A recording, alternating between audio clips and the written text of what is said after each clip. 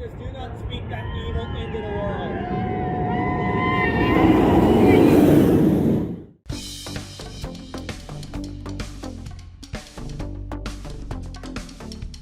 I'm Gary, and this is Coasting with Culture, which is all about combining theme park visits and riding roller coasters with various cultural experiences around the world. Previously, several Buzz Bar members got together at King's Dominion and Busch Gardens in the days leading up to the weekend, enjoying several coasters, including one of the most anticipated of the 2022 season. Next, it's time for the main event of the weekend, Stumble 325 at Carowinds. We'll check out several highlights of the park, including a new festival they introduced this season, along with some of the highlights of this gathering of theme park fanatics. While Carowinds resides half in the same state as I did from 1999 until 2011, it wasn't until 2005 that I made my first visit to the park with one of my college roommates, as it was a bit more than 4 hours away from where I lived in the eastern part of North Carolina. I also came back for a visit in 2007 and then a few in 2010 when Intimidator was the newest addition to the park. The days spent here with the Buzz Bars Coaster Club for Stumble 325 would be my first time back in the park in almost 12 years, and I was particularly interested in finally getting to try one of the most highly rated coasters, Fury 325.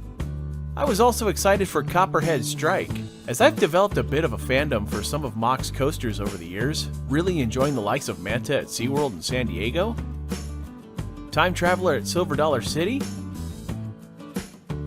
and what I'm still currently considering my number one coaster, Helix at Liseberg in Sweden.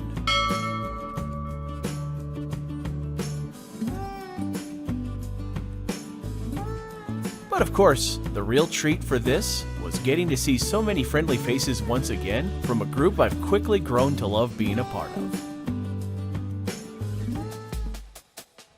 As is tradition for a Stumble, many of the Buzz Bars gathered the night before to hang out, taking over the patio space of the Spring Hill Suites for folks to share their respective local beverages, meet new members making their first appearance, and of course catch up with old friends.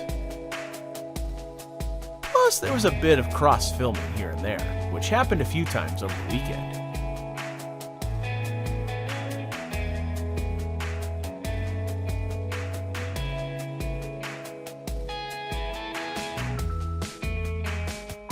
Of course, this was just the beginning.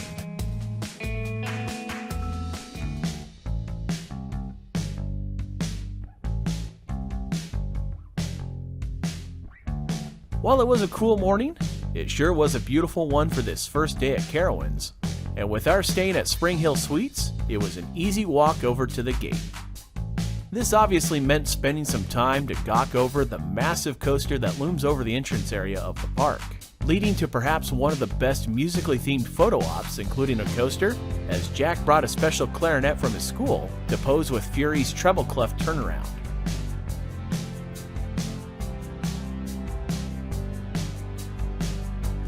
And of course, there were some state line shenanigans as well. North Carolina, South Carolina, North Carolina, South Carolina, North, South, North, South Carolina, North Carolina, South Carolina, North Carolina, South Carolina, North Carolina, South Carolina, North Carolina, South Carolina.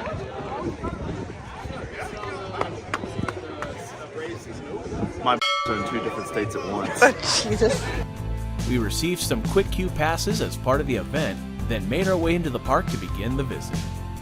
This led to some rather philosophical thinking about visiting parks that cross state lines. Steven and I are asking the important questions. If someone is on parole in North or South Carolina and they cross the state line while visiting the park, do they get arrested?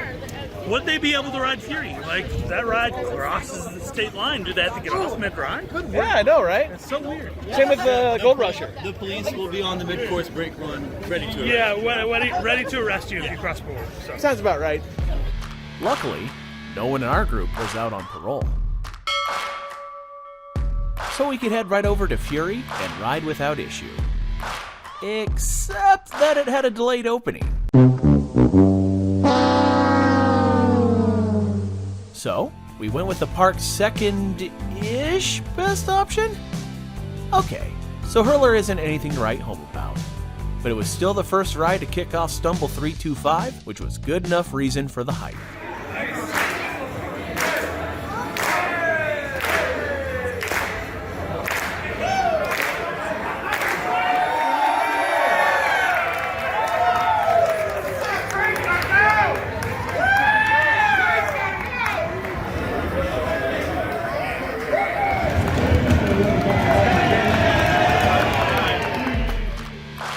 As we finished that opening lap, the line for Fury opened up, and we made our way over for a ride.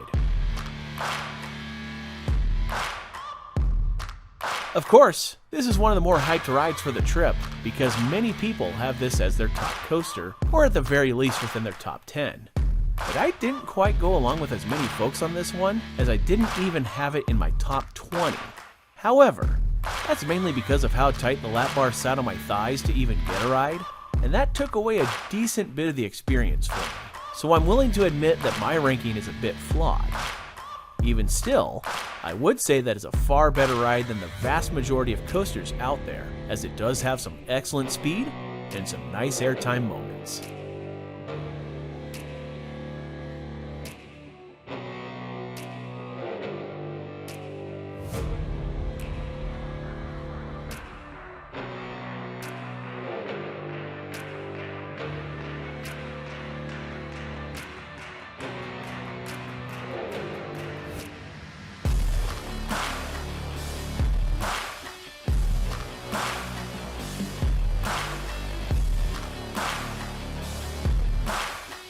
After the first Fury lap, the large group of 80 plus began to splinter into small groups, with some of us making a beer stop. Well, now, my mama always said I should get myself a nice Southern girl. She was right. With a drink to enjoy, several of us entered the line for Copperhead Strike, which was certainly one of the more polarizing coasters, as you had those who weren't fans. Oh, you're filming. That is garbage!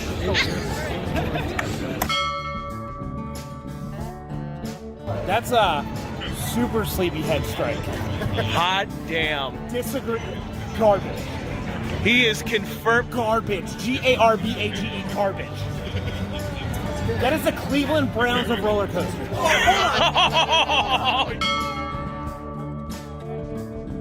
And then there were those like me, who really enjoyed it. That was fun. That was a lot of fun. It's really fun. Oh, you're filming.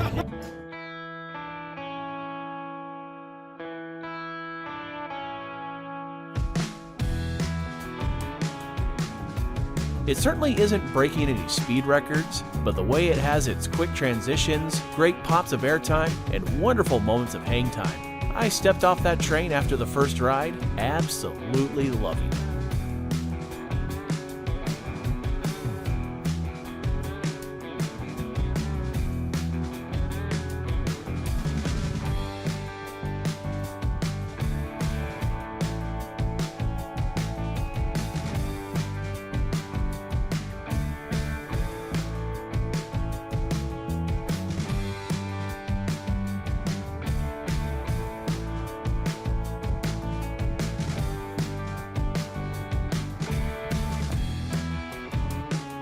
From there, our mini group went over to Intimidator,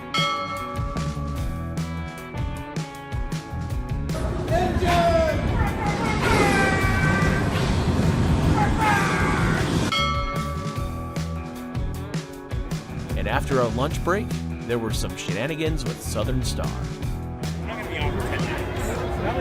Well, this next one's going to be full load, so. I'm sorry. Oh, I heard you in the background. I want to know what love is. I want you to show me. Bob! Hey, Bob! Hi, Bob! We love you! I haven't introduced myself. So, how y'all feeling about this? No. Oh yeah, that's How gonna this be. is supposed to hold me in.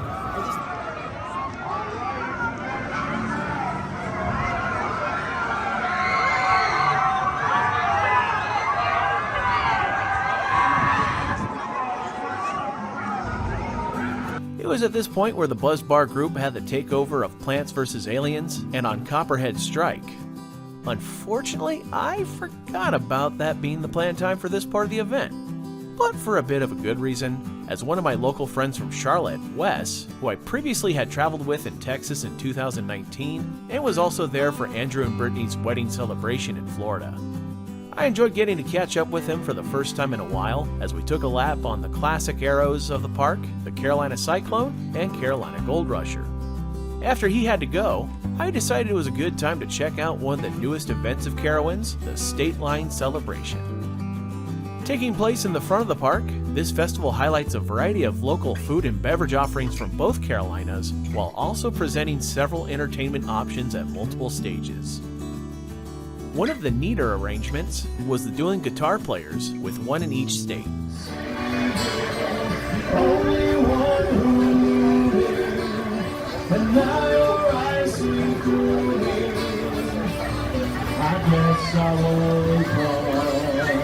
Of course, I had to try some of those food and drink options, starting with a hot sausage and beer from the Palmetto State.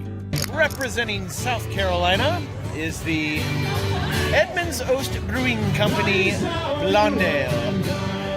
See how South Carolina's beer is. Ooh, not bad. As I enjoyed the zest of that hot sausage, a very important development occurred. As you may already know, I don't tend to shy away from a shameless coaster credit. Of course, there are those that will not allow adults to ride without a kid, like Wilderness Run at Carowinds, which I had not yet ridden. On the way into the park, I joked around a bit about the availability of kids to borrow. It is now my mission, because I was just reminded, Eric has children. So I'm going to see if Eric will let me borrow a child today. Eric has multiple children. He does. But in general, I do tend to be a bit leery about legitimately asking people to borrow their kids for a coaster credit. It's a bit awkward. Instead, I usually ask the ride-op if an exception could be made, or I'll call the park ahead of time or send them a message to ask. This time, however, while I was about to grab some food and drink from the North Carolina side of the celebration, Eric added a post in the Discord that grabbed my attention. Eric's kids are willing to help people get the credit. Gotta go! And thus, there was an opportunity for several Buzz Bars to get a +1, and for me to complete the entire coaster collection of Carowinds.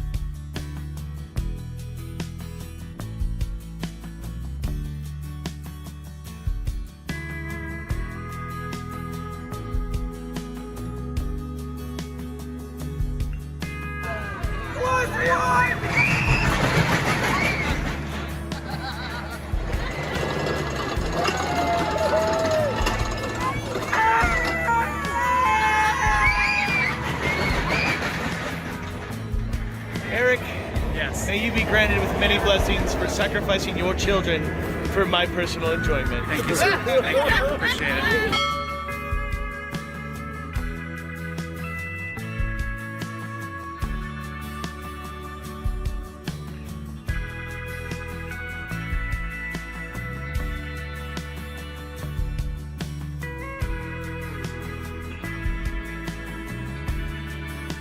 To celebrate now having the full coaster collection of the park, it was time for the North Carolina side of the State Line celebration. Had a chance to try Sycamore earlier with the Southern Girl Blonde. Now we're going to try the Sun-Grown Craft Lager.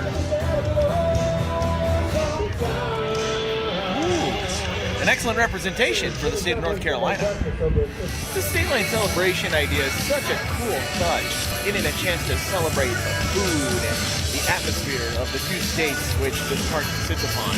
Really enjoyed getting a chance to do a bit of a sampling of both North and South Carolina at the same time. Excellent food that they have here and drinks as well. Seeing as how the patio of Spring Hill made for an excellent gathering spot the previous night, it became the evening tailgate location where beverages were enjoyed and nonsensical fun was had. This is my favorite beer from Belgium. Do I need a chair? You should get a chair. That head. Oh, you haven't even opened it.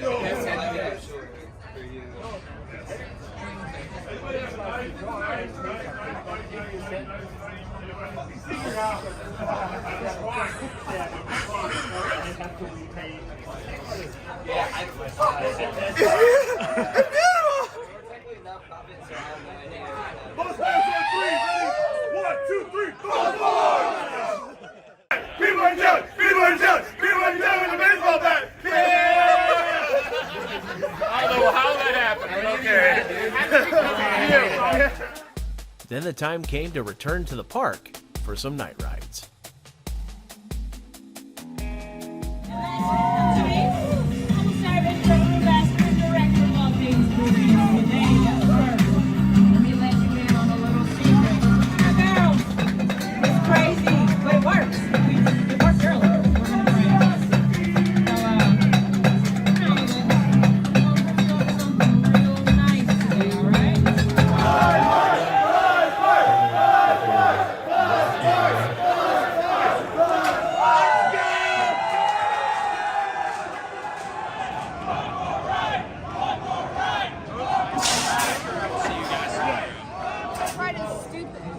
Like in the best Super good. Yeah, it's like dumb.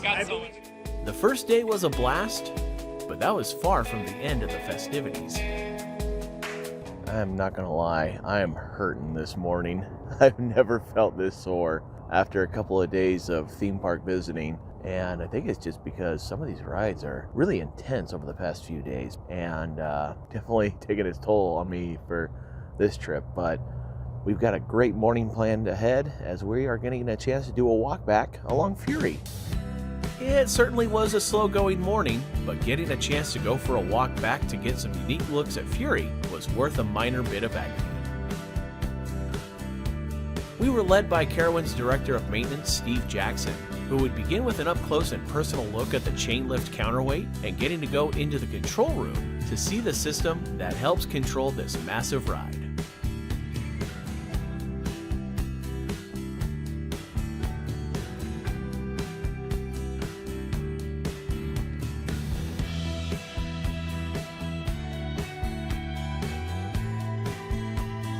What might have been a real highlight for this walkback was getting into an area that's not normally accessible, as it led to seeing all sorts of spare ride parts, getting up close and personal with the ride, and best of all, some incredible angles for photos and video.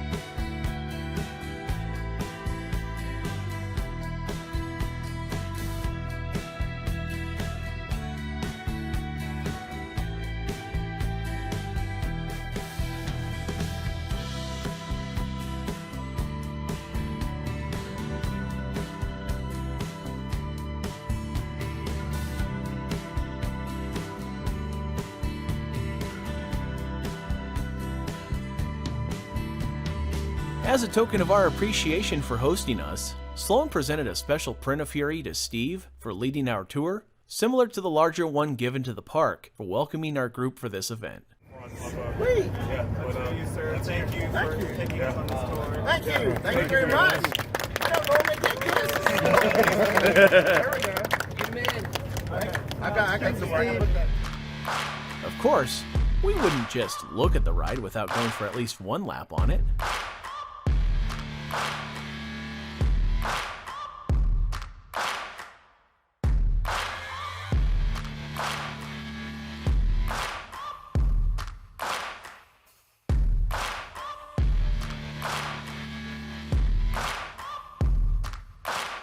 One of the running gags for the day was that some of the guys were planning to wear jorts while visiting the park, and this led to some phenomenal photo opportunities.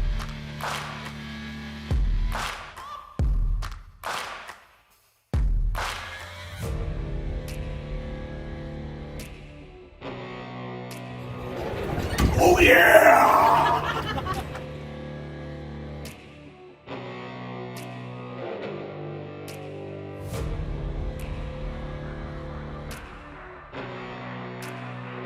although someone was a bit surprised when no one went for an obvious video angle, so he took it upon himself to get it. Allison, the chief Buzz Bars content creator, took it upon herself to have some fun with said clip.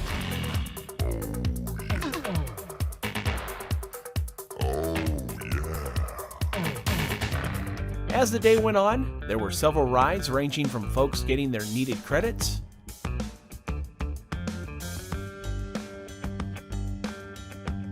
to enjoying some better classics of the park, such as an old favorite from my previous visits, Afterburn, which felt more intense than I remember it being in years past, and that was for the better.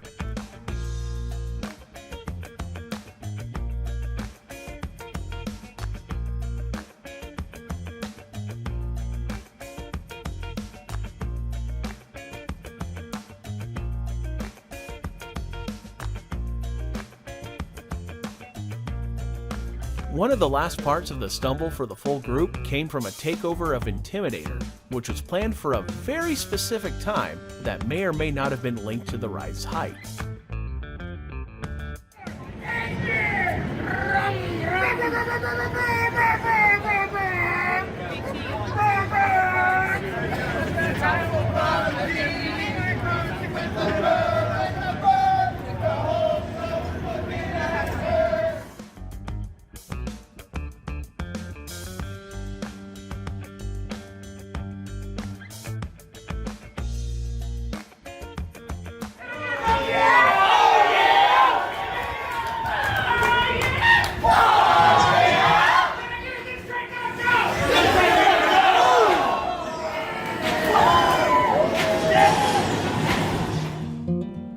But then, there was the part of all stumbles that no one likes, when it's time to start telling folks bye as the first few begin their journey home.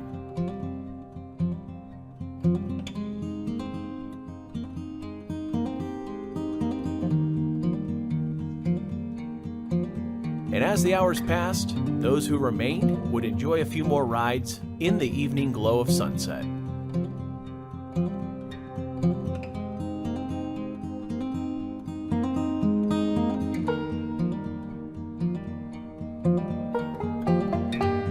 As the park closed for the second day of the stumble, some of those who remained got together at the Airbnb that several folks had stayed at for one final hurrah.